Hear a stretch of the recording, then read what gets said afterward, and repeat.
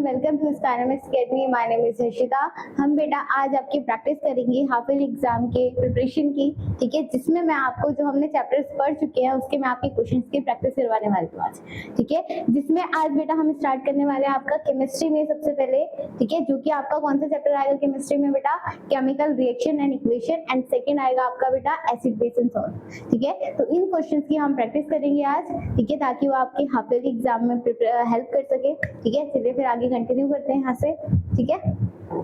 चलिए नेक्स्ट बेटा, इससे पहले अगर मैं आपको कुछ इन्फॉर्मेशन दे दूं, हमारे यहाँ पर आपके बोर्ड्स एग्जाम के लिए क्रैश कोर्स स्टार्ट होने वाला है, जो कि आपका कब से स्टार्ट हो रहा है बेटा, 1 नवंबर 2025 से, ठीक है। इसमें आप चाहे बेटा साइंस स्ट्रीम में हो, चाहे आप कॉमर्स में हो, चाहे आप ह्यूमैनिटीज में हो, ऑल स्ट्रीम्स की आपका क्रैश कोर्स स्टार्ट होगा, ठीक है। चाहे आप सीबीएसई में हो, आईसीएसई में हो या फिर आईएससी बोर्ड्स में हो, ठीक है। यहाँ पर आपको बेटा ऑनलाइन एंड ऑफलाइन दोनों रहेगी कि आपको क्या मिलेगी, क्लासेस मिलेगी, जैसा आपको कंफर्टेबल हो आप ज्वाइन कर सकते हो, ठीक है। और क्या क्या फैसिलिटीज मिलेंगी, देखो बेटा, ऑनलाइन एंड ऑफलाइन आपकी क्लासेस होंगी, 90 डेज तक आपकी नॉन स्टॉप क्लासेस चलेंगी, जिसमें आपका बेटा क्या आपको वीडियोस रिकॉर्डिंग भी मिलेगी, साथ में लाइव कंटेंट भी मिलेगा, और आपको क्वेश्चन प्रैक्टिस करवाए जाएंगे, मॉक टेस्ट प्रैक्टिस करवाए जाएंगे, ताकि और साथ उसमें सोल्यूशन भी दिया जाएगा, ठीक है। टीचर्स आपको सोल्यूशन भी प्रोवाइड करवाएंगे। साथ में अगर आप और इन्फॉर्मेशन जानना चाहते हो तो आप इस कॉन्टैक्ट नंबर भी क्या कर सकते हो बेटा, बात करके इन्फॉर्मेशन ले सकते हो, ठीक है। चलिए फिर आगे मूव करते हैं। हाँ जी बेटा, तो स्टार्ट करते हैं आज कुछ इंपॉर्टेंट क्वेश्चन से, जिसमें हम स्टार्ट करते हैं बेटा सबसे पहले एमसीक्यू। तो आपका फर्स्ट क्वेश्चन आता है बेटा, which of the following is not a chemical reaction, ठीक है। आपसे क्वेश्चन पूछा है कि इसमें से आपकी केमिकल रिएक्शन कौन सी नहीं होगी, ठीक है। केमिकल चेंज के हिसाब से आपको बताना है। तो आप सबको पता है बेटा केमिकल चेंज क्या होता है, जब आपकी कोई भी नई फॉर्मेशन होती है, नई चीज का, नया प्रोडक्ट का फॉर्मेशन होता है, उसे हम क्या बोलते हैं, केमिकल चेंज बोलते हैं। तो वही आपकी क्या होगी, केमिकल रिएक्शन होगी। तो ऑप्शन देख लेते हैं, इसमें क्या चीज होगी बेटा, rusting of iron. Rusting of iron में केमिकल चेंज होता है, तो ये होगा आंसर। बट यहाँ पर आपसे बेटा नॉट पूछा है, ये चीज भी आपको देख के चलना है बोर्ड एग्जाम में कि आपसे क्वेश्चन क्या पूछा है, ठीक है। डीपली अच्छे से क्वेश्चन रीड करना है, देन आंसर देना है। तो यहाँ से नॉट पूछा है, तो ये तो आपका केमिकल चेंज है, तो ये नहीं हो सकता। सेकंड, डाइजेशन ऑफ फूड, आपका फूड डाइजेस्ट होता है तो केमिकली मेटाबॉलिज्म एक्टिविटी चलती है, तो ये भी आपका केमिकल चेंज हुआ। देन मेल्टिंग ऑफ आइस, ये बेटा हो सकता है आपका, ये केमिकल चेंज नहीं हो रहा है। लास्ट है आपका रेस्पिरेशन इन ह्यूमंस, तो रेस्पिरेशन जो हो रही है उसमें भी आपका केमिकल चेंज हो रहा है। तो इसमें से आपका बेटा ऑप्शन होगा मेल्टिंग ऑफ आइस, क्योंकि ये आपका क्या है बेटा, स्टेट का चेंज हो रहा है, यहाँ पर डायरेक्ट आपका केमिकल चेंज नहीं हो रहा है, कुछ सच ऐसे जैसे आपका इन चीजों में हो रहा है। तो इसका आपका करेक्ट आंसर क्या हो जाएगा बेटा, सी आंसर हो जाएगा, ठीक है। सेकेंड क्वेश्चन में चलता है बेटा, which of the following is a displacement reaction. आपसे पूछा है कि इन रिएक्शन में से आपको डिस्प्लेसमेंट रिएक्शन के बारे में बताना है कि कैसी रिएक्शन होगी वो।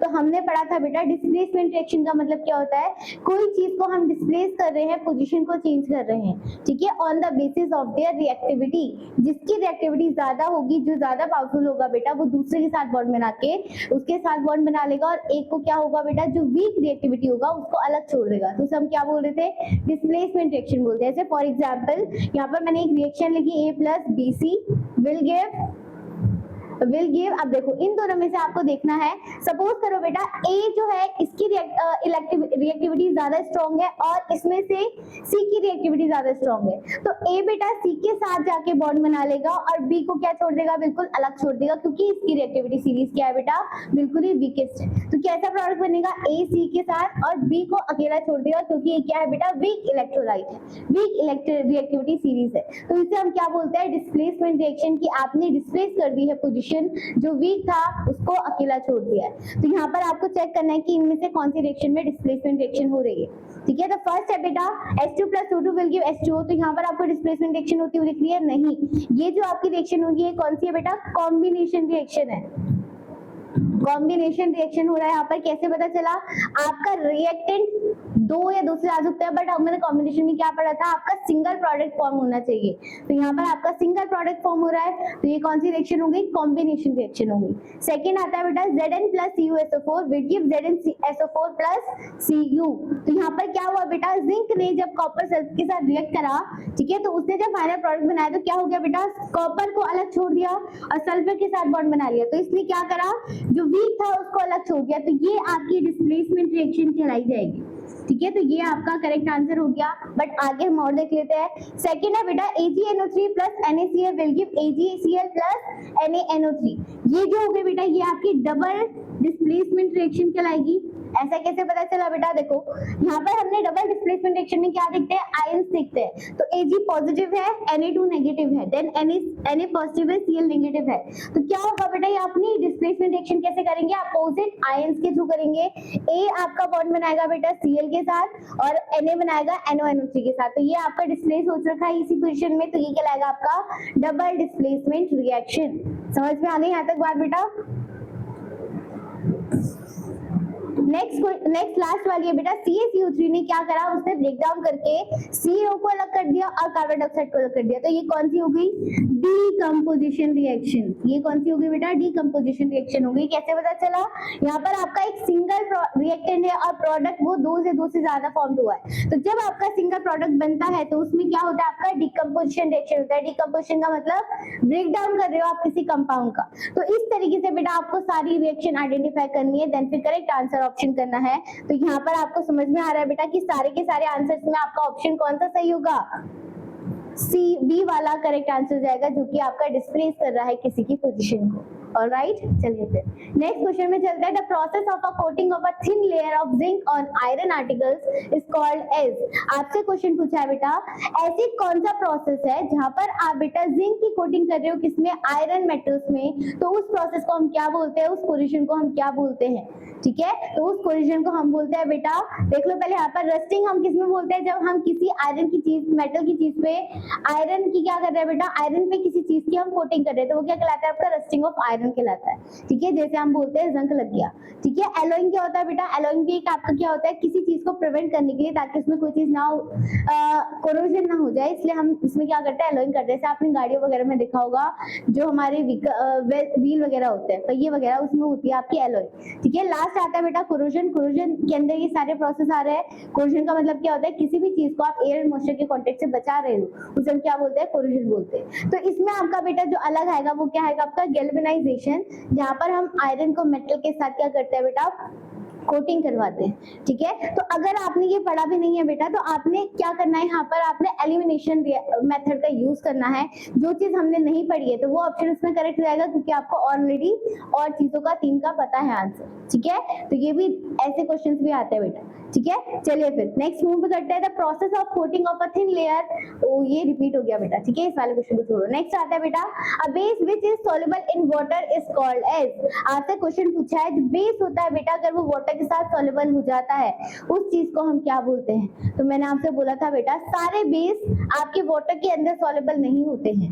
जो आपके वाटर के साथ सॉल्युबल हो जाते हैं उसे हम बोलते हैं एल्कलाई। क्या बोलते हैं? एल्कलाई बोलते हैं। और जो आपके वाटर में सॉल्युबल नहीं होते वो सिंपली बेस हो जाते हैं। ठीक है, तो हम इस कंडीशन को क्या बोल सकते हैं? All bases are not alkali but all bases क्या हो सकता है बेटा? एल्कलाई हो सकते हैं, बट एल्कलाई जो होगा वो सारे बेसेस नहीं हो सकते हैं। ठीक है, तो इसका आंसर क्या हो जाएगा? आपका ए हो जाएगा, एल्कलाई हो जाएगा। ऑलराइट, चलिए नेक्स्ट आगे मूव करते हैं। Which of the following indicators give a pink colour in a basic solution? Most famous, और हमने एक बहुत इंपॉर्टेंट पढ़ा था इंडिकेटर्स में, पढ़ा था हमने बेटा ये कि आपका एक ऐसा बेस का इंडिकेटर बताना है जो कि सिर्फ आपकी बेसिक कंडीशन में पिंक कलर देता है। ठीक है, तो ये हमने केमिकल इंडिकेटर में पढ़ा था। कौन सा? फिनेप्थिलीन। क्या पढ़ा था बेटा? फिनेप्थिलीन, जो कि आपका अगर एसिड में होगा, क्या देखा था हमने? अगर हम एसिड की बात करेंगे बेटा, तो एसिड में वो क्या था? कलरलेस था। बट अगर हम बेस में क्या डाल रहे हैं बेटा, उसमें अगर हम फिनेप्थिलीन एसिड इंडिकेटर डाल रहे हैं तो वो आपका पिंक कलर में कन्वर्ट हो रहा है। ठीक है, तो ये आपका करेक्ट आंसर हो जाएगा क्या बेटा? Answer C, फिनेप्थिलीन। ऑलराइट, चलो फिर नेक्स्ट क्वेश्चन में चलते हैं। The formula of the washing soda is. Washing soda का फॉर्मूला क्या होगा? ठीक है, बहुत इंपॉर्टेंट क्वेश्चन है बेटा आपका एसिड बेस सॉल्ट में, ये कि आपके जो कंपाउंड है, सॉल्ट जो है उसमें आपके बहुत सारे कंपाउंड आएंगे आगे जाके इस चैप्टर में, जैसे बेकिंग सोडा हो गया, ब्लीचिंग पाउडर हो गया। ठीक है, देन बहुत सारे और हैं, तो उनको आपको केमिकल नेम, देन फिर उसका केमिकल फॉर्मूला इंपॉर्टेंट याद होना चाहिए। 1 वर्ड में या एमसीक्यू में इस फॉर्म में आपसे पूछा जा सकता है। तो सिंपली आपसे पूछा है बेटा वॉशिंग सोडा का फॉर्मूला क्या होगा? तो इसका फॉर्मूला होता है बेटा Na2CO3 10H2O। क्या होगा? याद रखना ये फॉर्मूला Na2CO3.10H2O, ये इसका करेक्ट आंसर हो जाएगा। ठीक है, चलिए फिर आगे मूव करते हैं। नेक्स्ट क्वेश्चन आता है बेटा, which of the following solution will turns red litmus paper into blue. आपसे पूछा है कि ऐसा कौन सा लिटमस पेपर होता है जो कि आपके रेड से ब्लू में कन्वर्ट हो रहा है। ठीक है, तो उसे हम क्या बोलते हैं, तो हम बेसिकली उसे क्या बोलते थे बेटा, बेस बोलते थे। और एसिड का क्या था, जब वो आपका ब्लू से रेड में कन्वर्ट हो रहा था तो उसे हम क्या बोल देंगे, उसे हम बोलते हैं बेटा एसिड। तो आपको यहाँ से कुछ इंडिकेटर आइडेंटिफाई करने हैं जो कि आपके बेस होंगे, जो रेड से ब्लू में कन्वर्ट हो रहे होंगे, तो वो क्या कहलाएंगे, आपके बेस कहलाएंगे। तो ऑप्शन देख लिखता है बेटा विनेगर। विनेगर हमने किस में पढ़ा था बेटा, एसिड में पढ़ा था, तो ये क्या होगा, ब्लू से रेड में कन्वर्ट होगा, तो ये गलत हो गया आपका ऑप्शन। सेकेंड लाइम वाटर, ये लाइम वाटर जो होता है बेटा ये आपका बेस होता है, ये रेड से वाटर में ब्लू में कन्वर्ट होगा। सेकेंड आता है बेटा लेमन जूस, मोस्ट फेमस, ये भी आपका क्या होता है, लेमन में आपको सब पता है एसिड प्रेजेंट होता है, तो ये भी क्या होगा, ब्लू से रेड में कन्वर्ट होगा, तो ये भी गलत हो जाएगा। सेकंड आता है बेटा आपका डाइल्यूट HCl, तो HCl भी क्या है, आपका स्ट्रॉन्ग एसिड है। ठीक है, तो इसमें से आपका करेक्ट आंसर क्या हो जाएगा बेटा, लाइम वाटर करेक्ट आंसर हो जाएगा। ठीक है, समझ में आ गई, क्योंकि आपसे क्या पूछा था, बेस पूछा था, बेस डायरेक्ट नहीं लिखा है, क्या लिखा है, रेड से ब्लू में कन्वर्ट करना है। तो रेड से ब्लू में कन्वर्ट करने के लिए हम क्या यूज करते हैं बेटा, वो क्या कहलाता है, बेस कहलाता है। तो सबसे पहले आपको पहचानना है कि वो एसिड की बात हो रही है, बेस की बात हो रही है, देन फिर आपने ऑप्शन को कलेक्ट करना है। ठीक है, तो याद रखना ये चीज, अगर हम रेड से ब्लू में कन्वर्ट कर रहे हैं तो वो बेस कहलाता है, और ब्लू से रेड में कन्वर्ट हो रहा है तो वो आपका कहलाएगा बेटा क्या, एसिड। ठीक है, यहाँ तक समझ में आ गया। चलिए फिर नेक्स्ट मूव करते हैं। The product form when the sodium hydroxide react with hydrochloric acid are called as. आपसे पूछा है बेटा, एक ऐसा प्रोडक्ट फॉर्म हो रहा है जब आपके सोडियम हाइड्रोक्साइड रिएक्ट कर रहा है किसके साथ बेटा, HCl के साथ। तो सोडियम हाइड्रोक्साइड बेस है आपका, ठीक है, और ये क्या है आपका, एसिड है। तो एक बात बताओ बेटा, एसिड और बेस को जब आप एक साथ मिलाते, सॉरी एसिड और बेस को जब आप एक साथ मिलाते हो तो क्या चीज फॉर्म होती है, सॉल्ट प्लस वाटर। क्या फॉर्म होगी, सॉल्ट प्लस वाटर का फॉर्मेशन होगा। ठीक है, जिसे हम क्या बोलते हैं, न्यूट्रलाइजेशन रिएक्शन बोलते हैं। तो ऑप्शन में आप चूज कर सकते हो कि आपका सॉल्ट एंड वाटर कहाँ फॉर्म हो रहा है। ठीक है, तो देखो बेटा NaCl क्या है, सोडियम क्लोराइड, तो ये आपका सॉल्ट है और साथ में वाटर फॉर्म हो रहा है, तो ये आपका आंसर सही हो जाएगा। पहले आगे मूव देख लेते हैं, NaOH और HCl, तो ये तो आपका क्वेश्चन हो जाएगा क्योंकि एसिड और बेस की बात हो रही है। NaCl प्लस H2 या फिर Na2O है, तो बेटा ये सारे ऑप्शन गलत रहेंगे, आपका आंसर करेक्ट होगा A, क्योंकि NaCl क्या होता है, सोडियम क्लोराइड, कॉमन सॉल्ट जिसे हम बोलते हैं, तो ये सॉल्ट हो गया और साथ में क्या रिलीज हो रहा है, वाटर रिलीज हो रहा है। तो आपकी एसिड और बेस का जब फॉर्मेशन होता है, रिएक्टेड करते हैं, तो क्या फाइनल प्रोडक्ट बनाते हैं, सॉल्ट एंड वाटर का फॉर्मेशन करते हैं। ठीक है, चलिए फिर आगे मूव करते हैं। Which of the following is an oxidation reaction. आपसे पूछा है ऑक्सीडेशन रिएक्शन इसमें क्या होगी, तो ऑक्सीडेशन रिएक्शन का मतलब क्या होता है बेटा, addition of oxygen and removal of hydrogen. ठीक है, तो ये क्या कहलाती है, आपकी ऑक्सीडेशन रिएक्शन कहलाती है। तो आपको इन रिएक्शन में पहचानना है कि आपका ऑक्सीजन कहाँ ऐड हो रहा है और हाइड्रोजन कहाँ रिमूव हो रहा है। ठीक है, तो देख लेते हैं यहाँ पर CuO plus H2 will give Cu plus H2O, तो ये आपका करेक्ट आंसर है या नहीं है। देखो यहाँ पर बेटा, यहाँ पर आपका CuO था, रिएक्टेंट में यहाँ होता वो जहाँ के डिस्प्लेस हो रहा है ना, तो ये आपका क्या हो रहा है, रिडक्शन हो रहा है ऑक्सीजन का, तो ये आपका करेक्ट आंसर नहीं होगा क्योंकि आपका ऑक्सीडेशन करना है। सेकेंड आता है Mg प्लस O2, आपका यहाँ पर O2 था, वो जाके कंबाइन कर रहा है बेटा मैग्नीशियम ऑक्साइड के साथ, तो यहाँ पर क्या हुआ, ये ऐड हो गया ना, तो यहाँ से जब वो ऐड हो रहा है जाके, तो ये प्रोसेस कहलाएगा आपका ऑक्सीडेशन।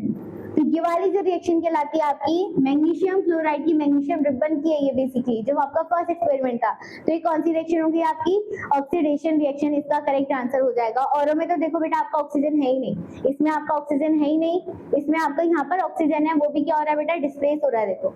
ठीक है, तो ये भी आंसर आपका करेक्ट नहीं हो जाएगा, तो आपका यहाँ पर करेक्ट ऑप्शन क्या होगा बेटा, यहाँ पर आपका करेक्ट ऑप्शन हो जाएगा आंसर नंबर बी। ऑलराइट, चलिए नेक्स्ट मूव करते हैं। नेक्स्ट क्वेश्चन आता है बेटा, अब हो गए हमारे बेटा MCQs। अब कुछ क्वेश्चंस के प्रैक्टिस कर लेते हैं जो कि आपके एग्जाम में इंपॉर्टेंट आ सकते हैं। ठीक है, वन वर्ड में, 3 मार्क्स में या फिर 5 मार्क्स में। ठीक है, चलो फिर फर्स्ट क्वेश्चन है बेटा आपका, consider the following the chemical equation. आपको एक केमिकल इक्वेशन दे रखी है, उसको बैलेंस अप करना है आपको, ठीक है। तो बैलेंसिंग इस चैप्टर में आपका सबसे ज्यादा इंपॉर्टेंट है, आप सबको मैंने सिखा रखी है। तो कैसे होगी, आपसे क्वेश्चन पूछा है बेटा, आपको देखो यहाँ पर तीन ऑप्शन दे रखे हैं P, Q और S। तो इसको आपको क्या करना है बेटा, आपको बताना है कि यहाँ पर कौन से नंबर्स आएंगे, कितने नंबर ऑफ अमाउंट आएंगे, और रिएक्शन क्या दे रखी है। एल्यूमिनियम को जब आप बेटा वाटर के साथ रिएक्ट करवाओगे तो फाइनल प्रोडक्ट क्या बना रहा है, एल्यूमिनियम ऑक्साइड बना रहा है, और साथ में रिलीज कर रहा है बेटा आपका वाटर हाइड्रोजन गैस, ठीक है। तो अब इसको आपने बैलेंस करनी है। तो कैसे बैलेंस करते हैं, देखो ध्यान से। यहाँ पर सबसे पहले मैंने आपसे क्या बोला बेटा कि आपने हाइड्रोजन एंड ऑक्सीजन को छोड़कर कोई और भी metal and non metal present है रिएक्शन में, तो उसको सबसे पहले बैलेंस करोगे, देन फिर करोगे बेटा ऑक्सीजन, और सबसे लास्ट में करोगे कोशिश हाइड्रोजन की, ठीक है। तो वही हम यहाँ पर फॉलो कर रहे हैं। सबसे पहले हम देख लेते हैं एल्यूमिनियम। तो एल्यूमिनियम बेटा यहाँ पर अभी फिलहाल 1 है और यहाँ पर 2 है, तो ये अनबैलेंस्ड हुआ यहाँ पर। तो हमें यहाँ पर रिएक्टेड में भी क्या करना पड़ेगा, एल्यूमिनियम को बैलेंस करना पड़ेगा। तो क्या लगा देंगे यहाँ पर 2 लगा देंगे। तो P की जगह पे यहाँ पर P था, तो P की वैल्यू क्या हो गई, 2 हो गई, ठीक है। सेकेंड एल्यूमिनियम बैलेंस्ड, देन फिर उसके बाद कोई एलिमेंट नहीं है, ऑक्सीजन और हाइड्रोजन है। तो पहले हम ऑक्सीजन को लिख लेते हैं बेटा, यहाँ पर ऑक्सीजन 2 है और यहाँ पर ऑक्सीजन 3 वैल्यू है, ठीक है। तो ये अनबैलेंस्ड हो गया, तो यहाँ पर हमें क्या लगाना पड़ेगा बेटा, 3 लगाना पड़ेगा, जिसकी वजह से आपके ऑक्सीजन 3 हो गया। अभी यहाँ पर आपका ऑप्शन क्या था बेटा, Q की वैल्यू है, तो Q क्या हो जाएगा यहाँ पर 3 हो जाएगा, ठीक है। अभी बेटा फाइनल आंसर मत समझना इसे, अगर आपने कहीं और वैल्यू बढ़ाई है तो इंक्रीज भी हो सकती है, तो रीचेक करना जरूरी है। नेक्स्ट देख लेते हैं बेटा हाइड्रोजन यहाँ पर 2 था, अब यहाँ पर 3 लग गया, तो इससे मल्टीप्लाई हो जाएगी, 3 2 6। तो हाइड्रोजन की वैल्यू यहाँ पर 6 हो गई, और यहाँ पर कितनी है बेटा आपकी 2 है। तो यहाँ पर आपको बैलेंस करना पड़ेगा, तो क्या करना पड़ेगा, 6 लाने के लिए 3 से मल्टीप्लाई करना पड़ेगा। तो आपकी इधर की साइड भी क्या हो गया बेटा, बैलेंस अप हो गया। अब सारी आपकी वैल्यूज बैलेंस हो चुकी, तो S की वैल्यू भी क्या हो जाएगी बेटा, 3 हो जाएगी। तो आपके करेक्ट आंसर इसमें क्या आ जाएगा, P इज इक्वल टू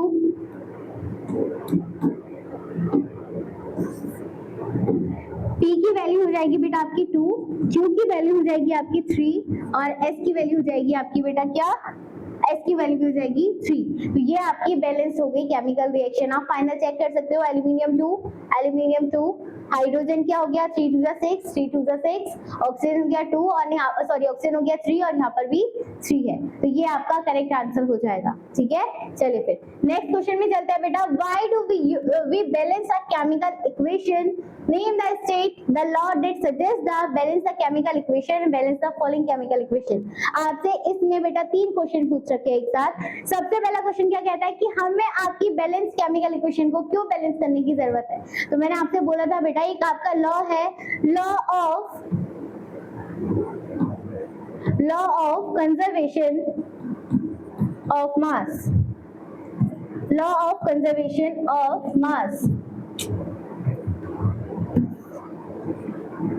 ठीक है। लॉ ऑफ कंजर्वेशन ऑफ मास के अगेंस्ट बेटा हम क्या करते हैं, ये लॉ क्या कहता है आपका, neither be created nor be destroyed, which means क्या मतलब होगा बेटा इसका कि टोटल नंबर ऑफ रिएक्टेंट जो आपके किसके इक्वल होंगे, टोटल नंबर ऑफ प्रोडक्ट के इक्वल होंगे। तो इसलिए हमें क्या करना पड़ता है बेटा, रिएक्टेंट एंड प्रोडक्ट को एक दूसरे के बैलेंस अप करना पड़ता है। इस वजह से हमें क्या करनी पड़ती है, बैलेंसिंग करनी इंपॉर्टेंट होती है, ठीक है। तो किस लॉ के वजह से, लॉ ऑफ कंजर्वेशन ऑफ मास की वजह से हमें क्या करनी पड़ती है बेटा, इक्वेशन को, केमिकल रिएक्शन को बैलेंस करना इंपॉर्टेंट हो जाता है, ठीक है। आपका जितने नंबर ऑफ रिएक्टेंट होंगे उतने नंबर ऑफ प्रोडक्ट होना चाहिए, ठीक है। Mass of reactant is equal to mass of the product, ठीक है। तो आपका फर्स्ट का आंसर ये हो जाएगा। सेकंड आंसर होगा बेटा, name and state the laws that suggest. तो आपका लॉ कौन सा सजेस्ट करा मैंने, आपका law of conservation of mass, ठीक है। तो इसके लॉ की वजह से हमें क्या करनी पड़ती है बेटा, बैलेंस करनी पड़ती है केमिकल इक्वेशन।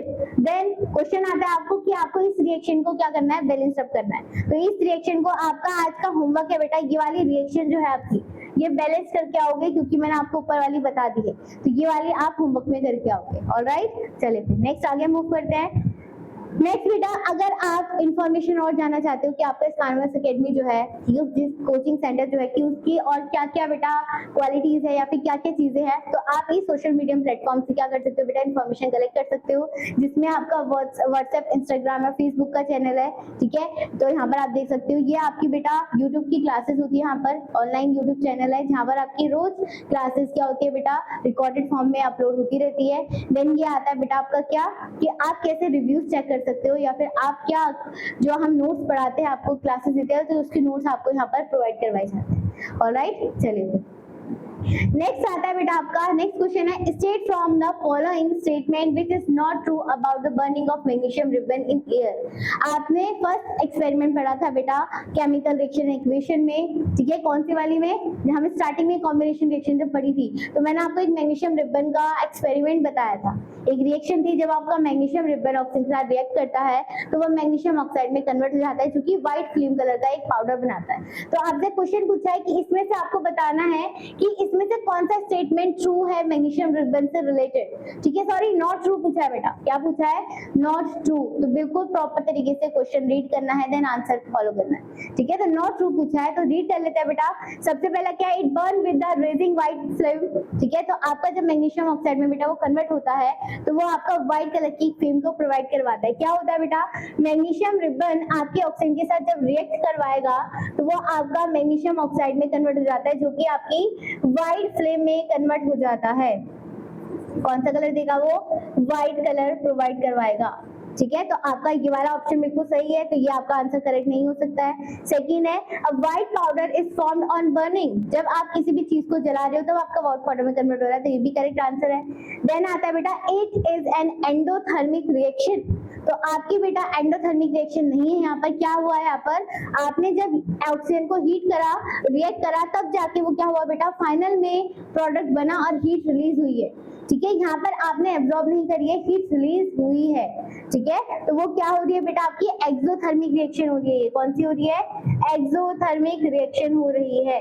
तो आपका करेक्ट आंसर ये नहीं होगा यहाँ पर, ठीक है। लास्ट है, it is an example of combination reaction, बिल्कुल सही आंसर, ठीक है। तो इसमें से आपका बेटा जो ऑप्शन बिल्कुल करेक्ट होगा, जो इसका आंसर होगा वो होगा आपका आंसर नंबर सी, क्योंकि आपकी एक्सोथर्मिक रिएक्शन होगी, एंडो नहीं होगी। ऑलराइट, चलो नेक्स्ट आता है बेटा, which of the following reaction showing the reaction between quicklime and water. आपसे एक बैलेंस केमिकल इक्वेशन लिखी है जिसमें आपको बताना है कि क्विकलाइम जब वाटर के साथ रिएक्ट करता है तो उसकी बैलेंस केमिकल इक्वेशन बतानी है आपको। तो क्विकलाइम बेसिकली बेटा होता क्या है आपका, कैल्शियम ऑक्साइड, क्या होता है ये, कैल्शियम ऑक्साइड होता है, CaO होता है, और उसने जब वाटर के साथ रिएक्ट करा तो फाइनल प्रोडक्ट क्या बनाएगा, वो ये पूछा आपसे। तो देख लो यहाँ पर बेटा बैलेंस केमिकल इक्वेशन क्या होगी, कैल्शियम ऑक्साइड जब वाटर के साथ रिएक्ट करा, ठीक है, तो वो क्या प्रोडक्ट बनाएगा आपका, CaOH plus H2 plus heat. Next है CO plus H2 will give CaOH का whole twice, then hydrogen gas और हीट। बेसिकली पहले सबसे पहले समझ लो बेटा, जो आपकी क्विकलाइम से वाटर रिएक्शन हो रही है ये भी आपकी एक्सोथर्मिक रिएक्शन कहलाएगी, क्योंकि आपकी हीट बाहर रिलीज हो रही है, ठीक है। तो आपको सबसे पहले पता चल रहा है कि यहाँ पर आपकी हीट रिलीज हो रही है, 100% आपकी हीट बाहर रिलीज होगी। तो ये सब ऑप्शन में 100% हीट रिलीज हो रही है, और साथ में जब आपका ये रिएक्ट करवाते हैं तो आपका कैल्शियम हाइड्रोक्साइड का फॉर्मेशन होता है जिसे हम बोलते हैं स्लेक लाइन। तो यहाँ पर देख लो आपका बेटा स्लेक लाइन सब में फॉर्म हो रहा है, देखो इसमें नहीं हो रहा है, देन ये भी आपका गलत है, तो ये दोनों ऑप्शन सही है आपका। तो इसमें से आपकी क्या होगी बेटा, आपका ऑप्शन हो जाएगा यहाँ पर सी वाला करेक्ट आंसर हो जाएगा। कैल्शियम ऑक्साइड जब वाटर के साथ रिएक्ट करता है तो वो कैल्शियम हाइड्रोक्साइड का फॉर्मेशन कर रहा है और साथ में हीट रिलीज कर रहा है, तो ये आपका बिल्कुल करेक्ट आंसर हो जाएगा। हाइड्रोजन गैस नहीं होती है बेटा इसमें रिलीज, ठीक है। तो आपका करेक्ट आंसर होगा यहाँ पर आंसर नंबर सी, ठीक है। चलिए फिर नेक्स्ट आगे मूव करते हैं। नेक्स्ट क्वेश्चन आता है बेटा, while electrolyzing water before passing the current some drop of acid are added, why। आपसे पहला क्वेश्चन, अगेन इस क्वेश्चन में आपके बहुत सारे क्वेश्चन से आपसे क्वेश्चन पूछा है, जब हम इलेक्ट्रोलिसिस करते हैं वाटर की, मतलब वाटर में जब आपकी इलेक्ट्रिसिटी कंडक्ट होती है तो हम उसमें कुछ अमाउंट ऑफ एसिड ड्रॉप क्यों करते हैं, मतलब एसिड क्यों ऐड करते हैं। तो सिंपली बेटा अगर मैंने आपको बता रखा है, अगर आपका बेटा बिल्कुल प्योर वाटर फॉर्मेशन होगा, अगर वो बिल्कुल प्योर वाटर होगा तो उसमें आयंस का फॉर्मेशन नहीं होता है, आयंस फॉर्म्ड नहीं होते हैं, ठीक है, क्योंकि उसमें आयन का कंडक्शन नहीं होगा, कैटायन एनायन का फॉर्मेशन नहीं होगा, तो आपकी इलेक्ट्रिसिटी कंडक्ट नहीं होगी। बट अगर हम उसमें बेटा कुछ अमाउंट ऑफ एसिड डालेंगे तो एसिड के अंदर क्या होता है बेटा, वो एसिड आपकी क्या करता है, आयंस को प्रोड्यूस करेगा, जिससे आपके कटायन एंड अनायंस का फॉर्मेशन हो जाएगा। क्या होगा बेटा? कटायंस एंड अनायंस का फॉर्मेशन हो जाता है। ठीक है, क्या होता है बेटा? कटायंस एंड अनायंस का फॉर्मेशन होता है, जिसकी वजह से आपकी इलेक्ट्रिसिटी कंडक्ट होती है। तो आपसे क्वेश्चन पूछा है यहाँ पर कि while the electrolysing water before passes through the current drop of acid are added. तो आपका आंसर क्या हो जाएगा? हम एसिड जब ऐड करते हैं तो उससे क्या होता है? आपकी इलेक्ट्रिसिटी कंडक्ट होती है। ठीक है, जिसकी वजह से उसमें आयंस क्या होंगे? जनरेट होंगे, जिसकी वजह से इलेक्ट्रिसिटी कंडक्ट हो सकती है। नेक्स्ट क्वेश्चन है बेटा, name the gases liberated at the cathode and anode. आपसे क्वेश्चन पूछा है जब आप इलेक्ट्रोलिसिस करा रहे हो वाटर की, तो आपसे बताना है एनोड में एंड कैथोड में कौन सी गैस का फॉर्मेशन हो रहा है। मतलब वाटर में हाइड्रोजन और ऑक्सीजन जब आपकी ब्रेकडाउन होंगी, स्प्लिट अप होंगे, तो आपकी कौन सी कैथोड में या एनोड में कौन सी गैस ट्रांसफर होगी। तो आपसे मैंने वो बताई थी आपको शॉर्टकट ट्रिक बेटा, PaO पाओ। तो A मतलब एनोड और O मतलब ऑक्सीजन और क्या बोलते हैं P मतलब पॉजिटिव। ठीक है, तो आपको याद रखना है ऑक्सीजन में जाएगा बेटा किधर के साइड? कैथोड में जाएगा आपका क्या? हाइड्रोजन गैस, और एनोड में जाएगा आपकी ऑक्सीजन गैस। सिंपली नेक्स्ट आपसे पूछा है कि आपको रिलेशनशिप बताना है, वॉल्यूम बताना है वाटर का वॉल्यूम के बेसिस में कि कितना अमाउंट ऑफ रेशियो फॉर्म हो रहा है। तो आपको पता है वाटर में जब आप वाटर का फॉर्मूला लिखते हो बेटा, ठीक है, तो उसमें क्या होता है आपका H2 प्लस O, H2O हो रहा है, तो आपके हाइड्रोजन के मॉलिक्यूल्स 2 हैं, ऑक्सीजन के मॉलिक्यूल्स 1 है, तो रेशियो क्या हो जाएगा? 2:1 का फॉर्मेशन हो जाएगा। ठीक है, तो इसका रेशियो क्या हो जाएगा? आप देखो यहाँ पर करेक्शन भी देखना है आपसे, आपको यहाँ पर ऑप्शन नहीं दे रखा है कि आपको ऑक्सीजन का पहले बताना है, वाटर का पहले बताना, हाइड्रोजन का पहले बताना है, क्योंकि आपका कहीं भी क्वेश्चन में लिखा रहता है बेटा कि आपको पहले ऑक्सीजन का बताना है या वाटर का, हाइड्रोजन की बतानी है। तो ये पहले क्वेश्चन रीड करोगे देन आंसर करोगे। यहाँ पर आपसे सिंपली पूछा है जो आपका गैसेस रिलीज हो रही है एनोड एंड कैथोड में, तो उसका रेशियो बताना है सिंपली। ठीक है, तो आपका क्या हो जाएगा? 2:1 रेशियो हो जाएगा। ऑलराइट, चलो नेक्स्ट क्वेश्चन आता है बेटा। अच्छा देखो, दे रखा है पहले आपको एनोड का बताना है, देन आपको कैथोड का बताना है। तो एनोड में क्या है आपका ऑक्सीजन और कैथोड में क्या है आपका हाइड्रोजन, तो इसका रेशियो हो जाएगा बेटा 1:2। आपको ऑक्सीजन का पहले पूछा है, एनोड में क्या जा रही थी? ऑक्सीजन, और कैथोड में क्या जा रही है?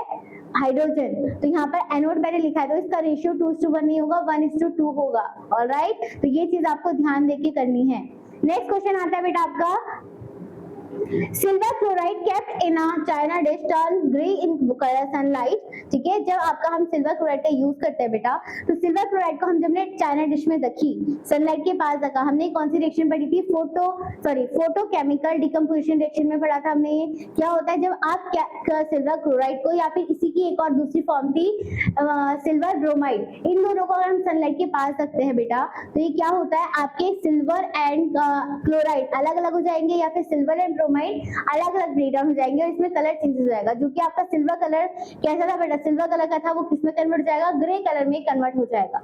ठीक है, तो जब आप इन दोनों को सनलाइट के पास रखते हो, तो ये अपना क्या करते हैं बेटा? डिकम्पोजिशन रिएक्शन शो करते हैं और कलर भी चेंजेस करते हैं। तो हमेशा जब हम इन्हें स्टोर करते हैं, तो आप कैसे रखोगे? डार्क सरफेस में रखोगे, या फिर ब्लैक कलर की बॉटल में स्टोर करके रखते हो।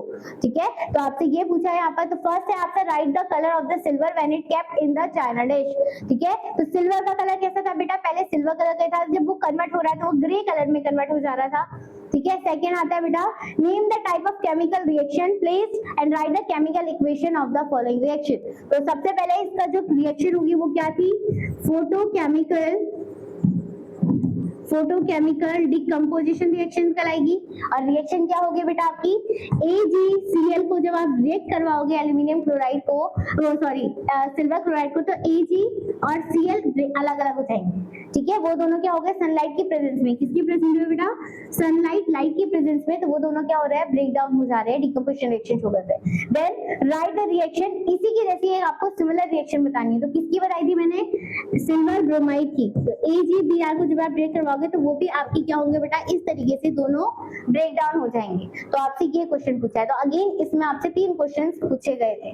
ठीक है, चले फिर नेक्स्ट क्वेश्चन आता है बेटा आपका, select a pair of all factor indicator from the following. आपसे पूछा है जो आपके ऑल फैक्टर इंडिकेटर्स होते हैं। ऑल फैक्टर इंडिकेटर्स बेसिकली होते क्या थे बेटा? ऐसी चीज, ऐसे इंडिकेटर जो कि हम स्मेल की फॉर्मेशन से पता कर सकते हैं कि वो कैसे है, वो एसिड है या बेस है, स्मेल करके आप बता सकते हो। तो हमने ये क्या पढ़े थे बेटा? 2-3 पढ़े थे। एक था आपका क्या?